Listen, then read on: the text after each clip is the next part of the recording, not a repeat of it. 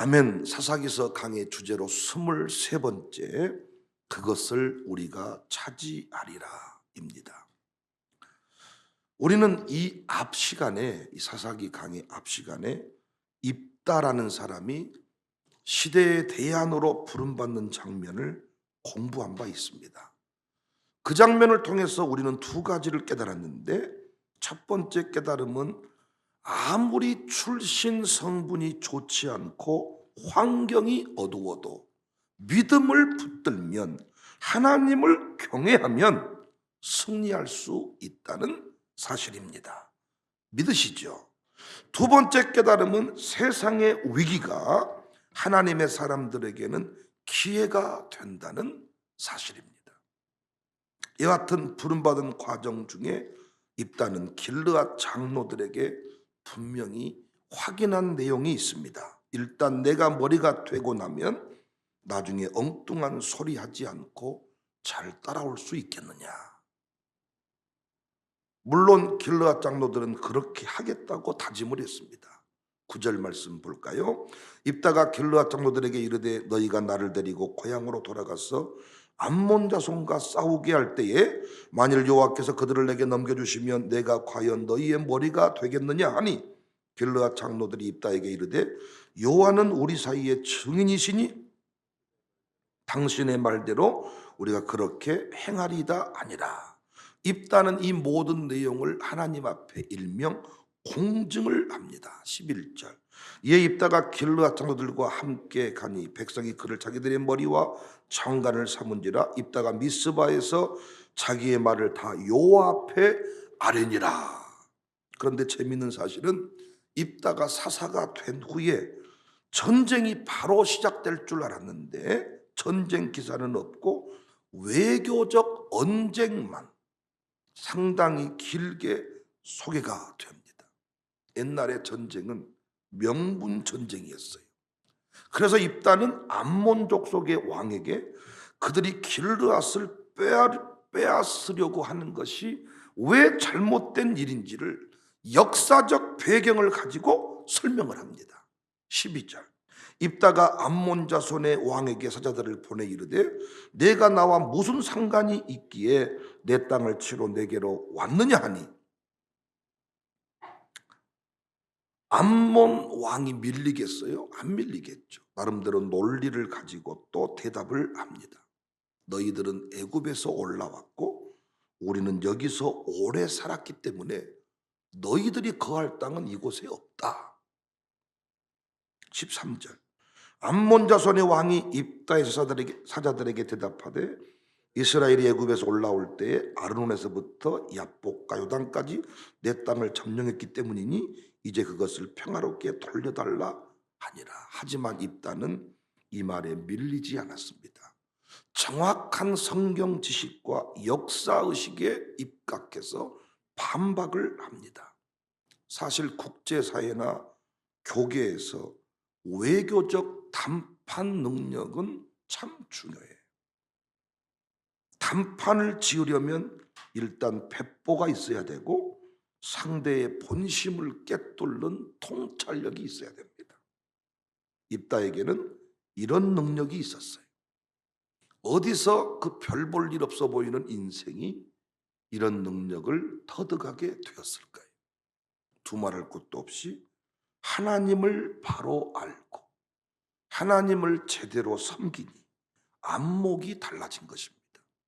우리 교회 양육사들이 평범해 보였지만 양육사가 되고 나면 새로운 안목이 생겨나는 것을 제가 봐요. 옛날에는 참 그냥 평범했던 집사님이셨는데, 아주 젊은 집사였는데 양육사가 딱 되고 나면 담대함이 생기고 안목이 생기고, 왜? 하나님을 섬기는 자세가 달라진 거예요. 예배에 참여하는 태도가 달라진 거예요. 옛날에는 바쁘면 급하면 어떻게 이렇게 핑계할 수 있었는데 양육사가 된 순간부터는 달라지는 거예요. 하나님을 제대로 섬기면, 하나님을 똑바로 알면 배포가 생기고談判능력, 통찰력 생겨나는 줄로 믿으시기를 바랍니다. 24절 말씀 보세요. 내 신 크모스가 내게 주어 차지하게 한 것을 내가 차지하지 아니하겠느냐. 우리 하나님 여호와께서 우리 앞에서 어떤 사람이든지 쫓아내시면 그것을 우리가 차지하리라. 지금 살고 있는 땅 하나님이 주신 것이니 하나님이 주신 것이지 우리가 빼앗은 것이 아니라는 거예요. 하나님이 줬다. 그러니까 이스라엘 백성들이 애굽에서 나와서 광야 경계선인 가데스까지 왔을 때 에돔과 모압에게 길을 부탁했습니다. 그런데 그들이 반대해서 억지로 우회하게 되었고 아주 먼 길을 돌아 요단 동편까지 왔다는 것입니다. 그리고 바로 이 길르앗의 땅인 시온에서 또 길을 부탁하니까 그들은 거부했을 뿐만 아니라 군사를 끌고 나와서 전쟁을 벌였기 때문에 싸우지 않을 수 없었다. 18절 이하 내용이 그 내용입니다. 역사 공부라서 재미가 좀 없습니까? 그 후에 광야를 지나 에돔 땅과 모압 땅을 돌아서 모압 땅의 해 뜨는 쪽으로 들어가 아르논 저쪽에 진쳤고 아르논은 모압의 경계이므로 모압 지역 안에는 들어가지 아니하였으며 이스라엘이 헤스보난 곧 아모리 족속의 왕 시온의 제자들을 보내어 그에게 이르되 청하건대 우리를 당신의 땅으로 지나 우리의 곳에 이르게 하라 하였으나 시온이 이스라엘을 믿지 아니하여 그의 지역으로 지나지 못하게 할 뿐 아니라 그의 모든 백성을 모아 야하스에 진치고 이스라엘을 침으로 이스라엘 하나님 여호와께서 시온과 그의 모든 백성을 이스라엘의 손에 넘겨주심에 이스라엘이 그들을 쳐서 그 땅 주민 아모리 족속의 온 땅을 점령하되 아론에서부터 야복까지와 광야에서 요단까지 아모리 족속의 온 지역을 점령하였니라. 전쟁에서 이겼는데 그 자체가 하나님의 역사라는 거예요. 그래서 당당히 외칩니다. 27절 내가 내게 죄를 짓지 아니하였거늘 내가 나를 쳐서 내게 악을 행하고자 하는도다. 원하건대 심판하시는 여호와께서 오늘 이스라엘 자손과 암몬 자손 사이에 판결하시옵소서 하였습니다. 멋지지 않습니까? 왜? 입다는 무슨 말을 하든지 이 모든 역사가 하나님의 주권하에 있다는 겁니다. 하나님께서 필요해서 당신을 쓰고자 하니 내게 대출을 해주세요. 하나님께서 당신을 통해 일하고자 하시니 당신이 나를 도와주세요. 이런 관점입니다. 하나님께서 이 모든 일을 주관하고 계신다. 우리가 입다의 이런 당당함을 배워야 할 줄로 믿습니다. 역사 속에 함께 하신 하나님을 잊지 않았습니다. 현실의 어떤 이 상황을 따라가 버린 게 아니고 역사 속에 일하신 하나님을 보았다는 거예요. 이 모든 역사가 하나님의 뜻 가운데 이루어졌다는 거예요. 내가 이 자리에 서 있는 것이 하나님의 섭리고 하나님의 역사심이지 내가 이루어낸 일이 아니라는 겁니다. 눈이라고 다 똑같은 눈이 아니에요. 하나님이 주신 믿음의 눈으로만 세상을 변화시킬 수 있어요. 그래서 우리 예수님을 라오디게아 교회에게 말씀했습니다. 안약 사서 눈에 발라. 계시록 3장 18절 내가 너를 권하노니 내게서 풀로 연단한 금을 사서 부유하게 하고 흰옷을 사서 입어 벌거벗은 수치를 보이지 않게 하고 안약을 사서 눈에 발라보게 하라. 우리는 민수기 13장 14장에서 12정탐꾼 이야기를 잘 알고 있습니다. 10명은 백성 치지 못한다. 신장이 장대하다. 악평을 했습니다. 불신앙의 눈을 가진 자들은 언제나 문제를 과장해요. 이래서 안 되고 저래서 안 되고 이것이 문제고 저것이 문제고. 그러나 믿음의 눈을 가진 사람은 비전을 과장합니다. 2명뿐이었지만은 그들은 우리의 밥이라는 거예요. 그들은 우리의 햇반이라는 거예요. 그들은 우리의 후레이크라는 거예요. 밥 보고 무서워하는 사람은 없잖아요. 밥은 수저들고 퍼먹으면 되잖아요. 우리 교회가 참 감사하게 실패를 실패로 보지 않고 위기를 위기로 보지 않는다는 거예요.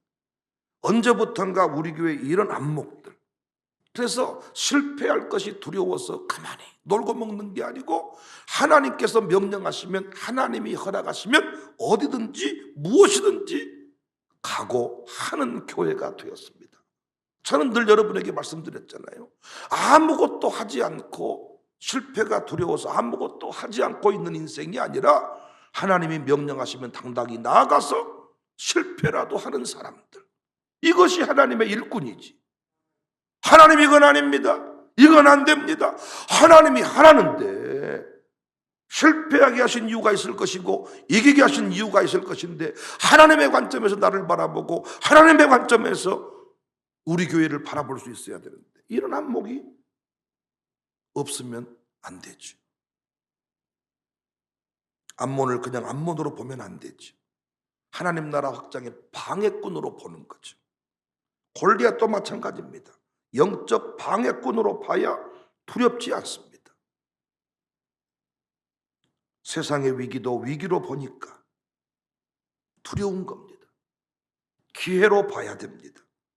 우리 교회가 코로나 상황 가운데 이 코로나가 무엇인지를 해석했잖아요.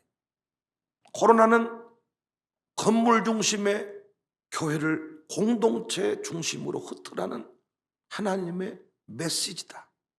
우리 이걸 깨달았고, 그리스도인 다와지라는 하나님의 메시지다. 그리스도인 답지 못해서 욕먹은 거지, 코로나 방역대책 실패해서 욕먹은 게 아니라는 것을 저는 수도 없이 말씀을 드렸어요. 코로나 방역대책 실패는 정부가 더 많이 했어. 정부가 방역대책에 관한 이야기는 맞는 게 하나도 없어요. 이건 피차간에 모르는 이야기. 이것 때문에 문제가 아니고, 아니 어찌 교회가 벌벌 떨고 교회가 두려워하고 교회가 걸음만 나 살려라 이럴 수가 있냐는 거예요. 위기 가운데 그리스도인답지 못하게 행동하니까 거기서 실망했고 우리를 향해 돌을 던지는 것입니다. 위기 가운데 우리가 할 일은 하나님의 뜻을 찾는 거예요. 입다란 사람은 이 모든 것이 하나님의 역사가, 왜? 이스라엘 역사를 깨뚫고 있는 겁니다. 하나님이 함께 하신 역사를 정확하게 바라보고 있는 겁니다. 저로 말하면 제가 이곳에 오게 된 것도 하나님의 역사라는 거예요. 하나님께서 나를 이곳에 보냈으니 하나님께서 분명히 나를 통해 역사하실 것을 믿는다는 거예요. 특별히 세대통합 목회적 관점에서 왜 이 일이 일어났는지, 왜 이런 현실이 있는지 정확하게 깨뚫는다는 거예요. 하나님 왜 언제까지, 우리 교회 언제까지 돈을 빌리고 부채를 감당하고 언제까지 고난했대, 언제까지, 정확하게 동무들의 수가 차기까지. 내가 너를 통해서 빨리빨리 그 일을, 몇 사람 통해서 그 일을 이루어가면 좋겠지만, 아니, 하나님 나라는 누구든지에게 열려 있다는 거예요. 너만 주도하려고 하지 말고 함께 가겠다는 마음을 가지라는 거예요. 그래서 기다리라는 거예요. 이런 뜻을 깨달을 때 우리는 새로워질 수가 있습니다. 어떤 일을 하고자 할 때 여러분 뜻대로 되지 않는 것이 있습니까? 당장 내 수준에서 판단하지 말고 역사를 주관하신 하나님의 관점에서 이 상황을 다시 보시기 바랍니다. 이번 가정교회 편성표도 정확하게 한 사람 한 사람을 놓고 보십시오. 왜 하나님이 이분들을 나에게 붙였는지, 왜 나를 이 양육사 밑으로 가게 했는지, 이걸 정확하게 바라보면 감사가 나올 겁니다. 그런데 이런 생각 한 번도 하지 않고 인간적인 안목에서 이 사람은 나랑 친해요, 이 사람은 나랑 덜 친해요, 이 사람은 힘들어요, 저 사람은 어려워요, 저 사람은 쉬워요. 사람은 다 어려운 거예요. 제가 오죽하면 함께 울고 함께 웃는 게 순교적 신앙이 아니면 하지 못한다 그랬을까요? 이거 여러분, 예수 안에 새로운 피조물이 된 사람 외에는 함께 하지 못합니다. 우리가 타락한 인간의 실존은 함께 하지 않는 거예요. 이기적인 모습으로 바뀐 거예요. 함께 가고 함께 웃고 함께 운다는 것은, 함께 웃는다는 것은 새로운 피조물 외에는 못합니다. 그러므로 우리가 만나야 되고 우리가 위로해야 되고 우리가 섬겨줘야 된다. 왜? 우리 아니면 할 사람이 없다는 거예요. 코로나 시대에 더욱 이 역사는 끝나버렸단 말이에요. 그래서 우리가 왜 이 자리에 서 있는지 시대의 흐름을 성경으로 꿰뚫을 수 있어야 돼. 하나님의 관점에서 우리 교회를 보고 하나님의 관점에서 나를 볼 수 있어야 돼. 그렇지 아니하면 늘 위기입니다, 여러분. 하나님의 관점에서 우리 교회를 보자는 거예요. 저는 4차 산업혁명 시대, 코로나 위기 시대, 돼야 하는 교회밖에 없다고 확신해요. 이제 오늘 올라가서 촬영할 내용이 교회 사랑신앙, 목사 존중신앙, 5대 신앙 중에 그 2개 하고, 그리고 4차 산업혁명 시대, 세대통합목회가 대안이다. 이걸 5번 또 찍는데 오늘 2개를 찍는 거죠. 통섭의 지혜로 세상의 모순을 해결하자. 그리고 기계적 숫자론에서 벗어나라. 이 2가지를 이제 오늘 또 얘기하는 겁니다. 제가 거기서 얘기하는 게 뭐냐? 4차 산업혁명 시대는 위기가 아니다. 교회 초로의 기회가 온 거예요. 4차 산업혁명 시대를 제대로 꿰뚫으면 꿰뚫을수록 이 새벽신앙, 통합신앙, 이 모든 것이 대안이고 시대를 주도할 수밖에 없는 하나님 우리에게 주신 선물이고, 저는 광주 청사교회가 중심이 될 것이라고 믿습니다. 저는 혼자 이런 소리를, 이런 외침을 12년 동안 이곳에 와서 한 겁니다. 저를 모셔온 분들은 아멘이 이루어졌지만은 그렇지 않는 분들은 웃기고인데 한번 해봐라. 만만한 교회가 아닐 것이다. 그런데 정말 하나님께서는 우리를 이 자리까지 인도해 주셨습니다. 인간적인 눈으로 백운영을 바라보면 초라하기 짝이 없고, 인간적인 눈으로 이 교회를 바라보면 그냥 평범한 교회일 뿐이지만 하나님의 관점에서 4차 산업혁명 시대, 코로나 시대의 관점에서 이 교회를 바라보면 상황은 다를 겁니다. 어제도 어떤 장로님과 광주에 사시는 장로님인데 3월 중에 부흥회를 해달라고 하는 거예요. 제가 한번 부흥회를 했던 교회입니다. 그러면서 목사님, 우리 교회는 지금도 오후 예배를 회복 못했습니다. 목사님 교회는 어떻습니까? 우리는 오후 예배가 문제가 아니고 새벽 예배까지 정상적으로 다 드리고 있습니다. 차이가 뭘까요?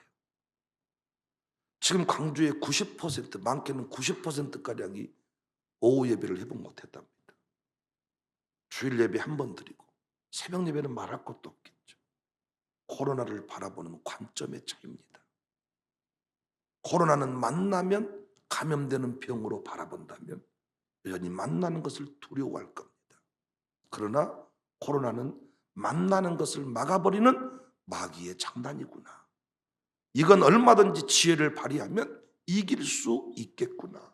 오히려 이때 신자의 영광을 드러낼 수 있겠구나. 하나님은 이걸 우리를 멸하시는 작업이 아니고 공동체 중심의 형태로 흩뜨고 그리스도인답게 살라는 하나님의 사인이구나. 이걸 바라보면 모이는 것이 두렵지 않습니다. 그리고 새로운 피조물이 된 자만 함께 울고 함께 웃을 수 있기 때문에 화목케 하는 사명이 우리에게 있다. 사명 완수라는 측면에서 바라보면 이 일이 결코 두렵지 아니할 것입니다. 저도 홀로 누워 있으면 외롭습니다. 홀로 있으면 고독하고 두렵습니다. 그러나 다시 하나님의 관점에서 나를 보고 하나님의 관점에서 역사적인 이 관점에서 우리 교회를 바라보면 다시 가슴이 뜨거워집니다. 내가 하려고 한 거 아니었잖아. 내 계획이 아니었잖아. 나는 그만한 능력이 없는 사람이잖아. 하나님이 하게 하셨잖아. 알파와 오메가 되신 그분이 책임지실 거야. 이런 마음을 가지면 마음에 한량없는 기쁨. 내 수준에서 해결되는 일이면 그게 무슨 기적입니까? 내 수준에서 해결될 수 없는 일이니 그분이 하신 일입니다. 우리 교회가 이렇게 평안 중에 연말을 지나고 새해를 맞은 것은 하나님께서 이루어 가시는 교회니까. 우리가 뭘 했다 그러면 서로 교만하고 상한 준다고 성질내고 내가 고생 더 많이 했고 네가 더 했고 우리는 그럴 수 없는 수준에 이르렀어요. 그분이 하셨습니다. 정말 하나님이 하셨습니다. 역사적인 관점에서, 하나님 나라의 관점에서 이 교회를 바라보고, 나를 바라보고, 우리 가문을 바라보고, 시대를 바라보고 입다처럼 당당하게 외치고 다스리는 주인공이 되시기를 바랍니다. 저는 오늘 또 카메라 앞에서 당당히 다스리고 오겠습니다. 가는 곳마다 당당히 외치는 우리 모두가 됩시다. 누구를 만나든지 간에 하나님 나라의 관점에서 그 사람을 해석하고 말씀을 건네세요. 우리 교회 설교 한번 들어보세요. 당당히 하나님 나라의 관점에서 이 모든 것들을 여러분이 이루어 가신다면 2022년도 우리의 해가 될 줄로 믿습니다.